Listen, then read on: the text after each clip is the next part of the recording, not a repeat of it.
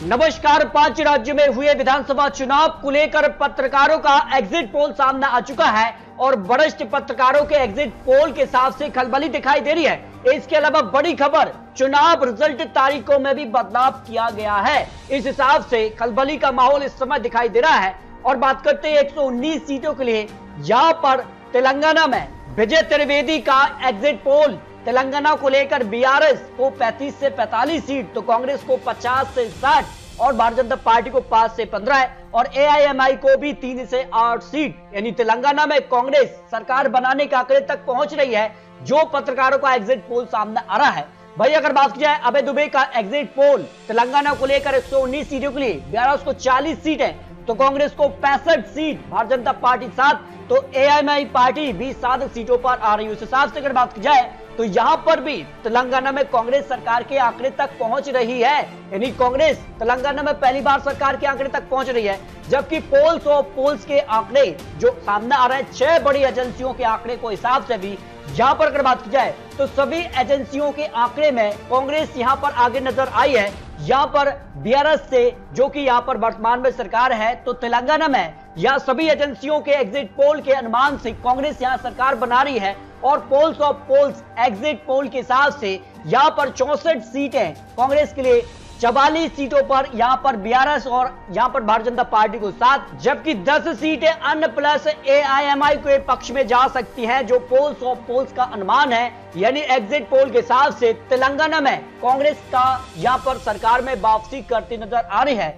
जबकि अगर बात की जाए तो छत्तीसगढ़ को लेकर जो वरिष्ठ पत्रकार का एग्जिट पोल सामने आ रहा है, 90 सीटों के लिए भारतीय जनता पार्टी को 32 सीटें हैं, तो कांग्रेस यहां पर भी सरकार बनाने के आंकड़े तक पहुंच रही है। यानी 55 सीटें कांग्रेस के पक्ष में जा रही हैं। अभय दुबे वरिष्ठ पत्रकार का जो एग्जिट पोल छत्तीसगढ़ को लेकर सामने आ रहा है, जिसमें अगर बात की जाए तो यहां विजय त्रिवेदी का भी एग्जिट पोल छत्तीसगढ़ को लेकर जो सामने आ रहा है, उसमें भारतीय जनता पार्टी 30 से 40 सीट, तो कांग्रेस यहां 45 से 55 सीट। उस हिसाब से भी कांग्रेस छत्तीसगढ़ में सरकार बना रही है। जबकि पोल्स और पोल्स का जो अनुमान सामने आ रहा है, एबीपी सी वोटर के हिसाब से यहां पर 47 सीटें कांग्रेस को, तो 42 सीटों पर Bharatiya Janata party. Times now ETG के हिसाब से 36 सीटें कांग्रेस, तो 52 सीट। यानी टाइम्स नाउ के हिसाब से फिर भारतीय जनता पार्टी छत्तीसगढ़ में सरकार बना रही है। लेकिन वरिष्ठ पत्रकार का जो एग्जिट पोल है, उसमें कांग्रेस छत्तीसगढ़ में फिर सरकार बनाते नजर आ रही है। टीवी9 भारतवर्ष का एग्जिट पोल 40 सीटों पर भारतीय जनता पार्टी, तो 45 सीटों पर कांग्रेस, 40 सीटों पर बहुमत मिलता है। या रिपब्लिक मट्राइज के 38 सीट भारतीय जनता पार्टी, तो 48 सीट, यानी यहां पर कांग्रेस की सरकार बन रही है। इंडिया टुडे एक्सेस माई इंडिया से 35 सीटों पर भारतीय जनता पार्टी, 51 सीटें कांग्रेस के लिए, यहां पर भी कांग्रेस सरकार बना रही है। न्यूज 24 चाणक्य के हिसाब से 57 सीटों पर कांग्रेस, तो 33 सीटों पर भारतीय जनता पार्टी। इस हिसाब से भी कांग्रेस सरकार बना रही है छत्तीसगढ़ में। पोल्स ऑफ पोल्स एवरेज आंकड़ा सभी न्यूज चैनल का 40 सीटें भारतीय जनता पार्टी को, 47 सीटें कांग्रेस के लिए। इस हिसाब से भी कांग्रेस सरकार बनाती नजर आ रही है। यानी अब तक 2 राज्यों के एग्जिट पोल, यहां पर पोल्स ऑफ पोल्स और यहां पर वरिष्ठ पत्रकारों का जो एग्जिट पोल है, दोनों राज्यों में कांग्रेस सरकार बनाती नजर आ रही है। वही बात की जाए मध्य प्रदेश को लेकर, तो मध्य प्रदेश में मामला फंस चुका है।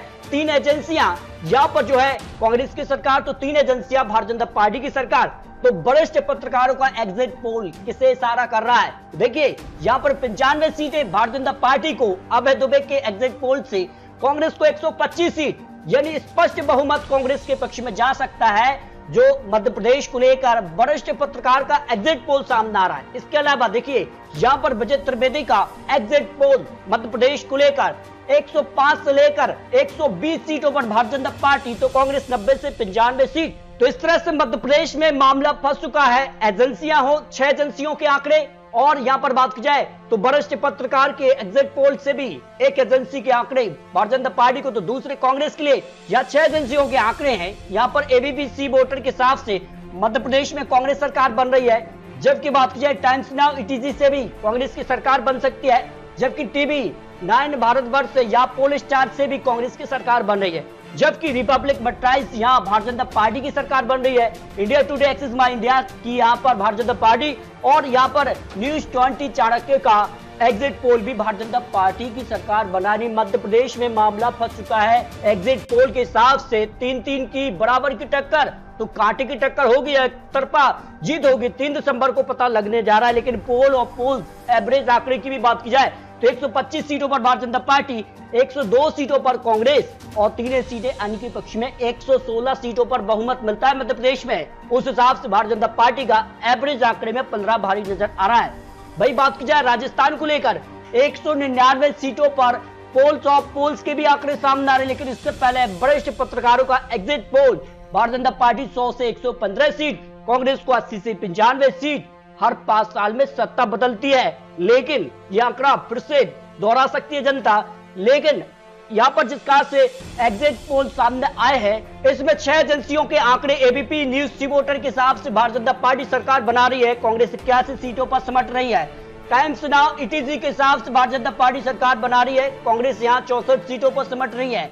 TV9 भारतवर्ष पोल स्टार के हिसाब से 102 सीटों के साथ भारतीय जनता पार्टी सरकार बना रही है। 92 सीटों पर कांग्रेस सिमट रही है। जब रिपब्लिक मट्राइज के हिसाब से 123 सीटों पर भारतीय जनता पार्टी, 70 सीटों पर कांग्रेस सिमट रही है।